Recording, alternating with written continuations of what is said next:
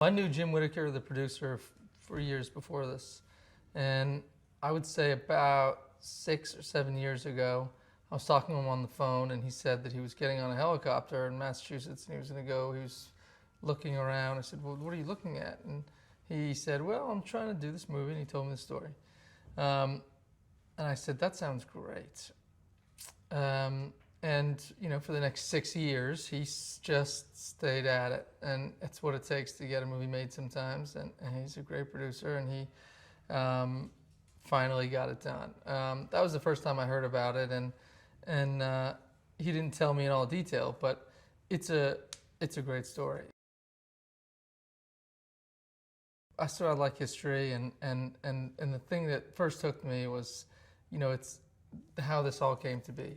At the beginning of World War II, German U-boats were sinking our ships, commercial ships. They're just sinking everything, and so we couldn't figure out how to get around them. So the oil companies, ship companies, they started building kind of poorly made, very inexpensive tankers because the odds of them getting sunk were so high, and they thought, let's not put a lot into them. Then we got a handle on the U-boats. We kind of figured those out, figured out how to find them, how to defend against them. And there were a whole fleet of these very poorly made oil tankers that survived the war. I'm trying to play this one part of this real person in this moment, which to me meant, you know, just trying to depict somebody who has to sort of step into the role of being a leader and you know, to save people and to manage people and to sort of put aside all of his own concerns and just kind of serve this boat and to do it without any training or warning. I love period movies, and I love movies that are set in Massachusetts just because I grew up here, and I feel really connected to the place. I think that it's a story that I would have been connected to anyway. It would have been appealing to me. I did making this movie had it been set in Florida. It might have been a lot warmer in Florida as well, but that would have been nice. But here we are in Massachusetts, and it's great to be home. You know, as an actor, you travel so much, and you're on the road, and you know, you got kids, your wife and your kids, they get sick of coming to see you in Louisiana and in Calgary and stuff, and so to be able to come here and see their grandmother and to be in a place that they know makes that part of the experience for me a lot easier. And it's definitely a place that I'm happy being in, and I know well. He finds himself in a situation that is very foreign to him because he's a guy who he's in the engine room. He's an engineer. He doesn't come out of there. He doesn't have to interact with the rest of the ship that much. He never goes on deck, and he certainly doesn't have to make decisions that affect the lives of everybody else. But he was a really smart guy. He was a thoughtful guy, and he knew what he was doing on the ship. So, you know, he was bringing a lot of knowledge and experience to bear on this situation on the one hand. On the other hand, it was something that it was a totally foreign situation to him, just having to deal with all of these guys and the different personalities, especially in this incredibly emotionally heightened situation where everyone feels like they're about to die, and they're panicked, and they're making decisions, irrational decisions, emotional decisions, and they're all fighting with each other. And so I think that, you know, it's one of those things where he wasn't comfortable doing it totally, sort of stepping up and leading all these men, but he had no other choice. Part of the preparation for this movie, I went over to see the USS Salem, which is here in Massachusetts, and you know, it's a T2. It's a boat, same boat, shape and size, more or less, and you know, spending a little bit of time on that, which has been preserved really, really well, gives you a sense of, you know, how close quarters it was. And these guys were out there for a long time together, and they would, you know, it's like summer camp, you know, times 10. You know, that you're alone every day, day in, day out. 3 of them are sharing a bunk. You're doing like 6-hour shifts or whatever, and so you really get to know each other very, very well, depend on each other, and because these boats are dangerous, and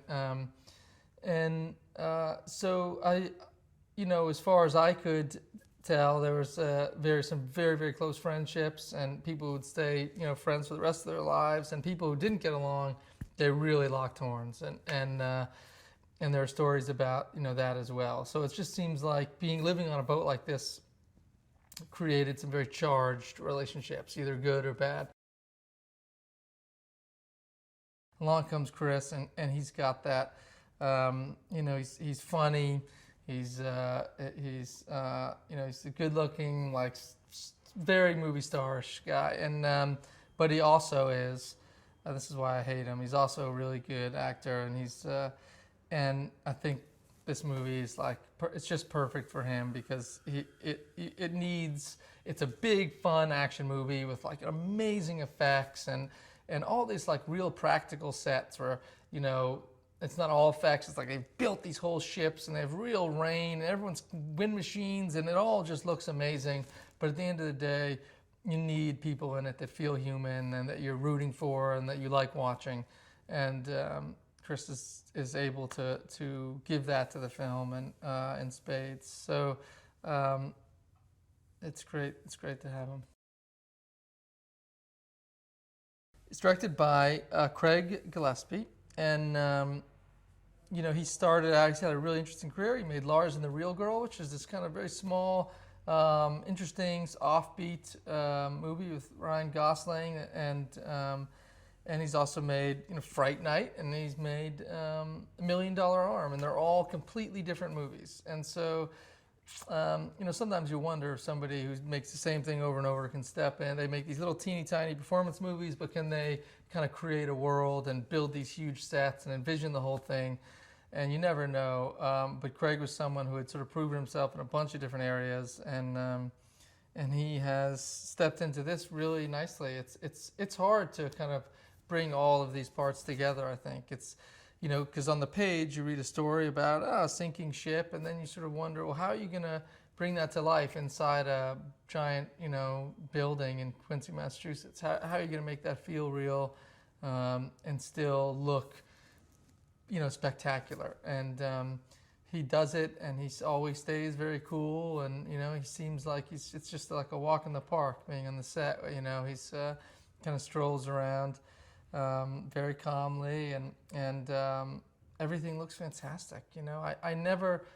I very rarely watch the video monitors on movies. There's a camera shooting, and you connect to a little TV screen. You can kind of watch what's going on, and I in the past I haven't liked to do that. And on this, every time I sort of catch it out of the corner of my eye, I first look away, and then I go, that looks pretty good, and I go over and I watch it, and sometimes I've seen some stuff that is just amazing. I'm grateful that those guys are out there doing it, and it's I've seen some stuff that they do nowadays that it is just breathtaking. I mean, and there's a ship that is lost in sea, it's in a storm or whatever, and these guys, they go out there. It's like being a fireman, but you're going into a fire that is 100 miles wide or something, and they go into these storms, they jump out of helicopters into seas that you can't imagine. It just look like they are monsters come to life, and they just get in the water and go help people, and its bravery doesn't really capture it. You know what I mean? Courage is not quite big enough a word. It's something else, and that's what these guys did. I mean, there's really no better example of it. These are just they got into a very small boat and went out into a gigantic storm, and then they took on more people than they should have. More they should not have been able to stay afloat, and they took everybody on and left no one behind, and then just kind of puttered back through these like gigantic waves. I don't even like going, like surfing. I don't even like 10-foot waves, but when you see what a 100-foot wave looks like, it will scare you deep down inside.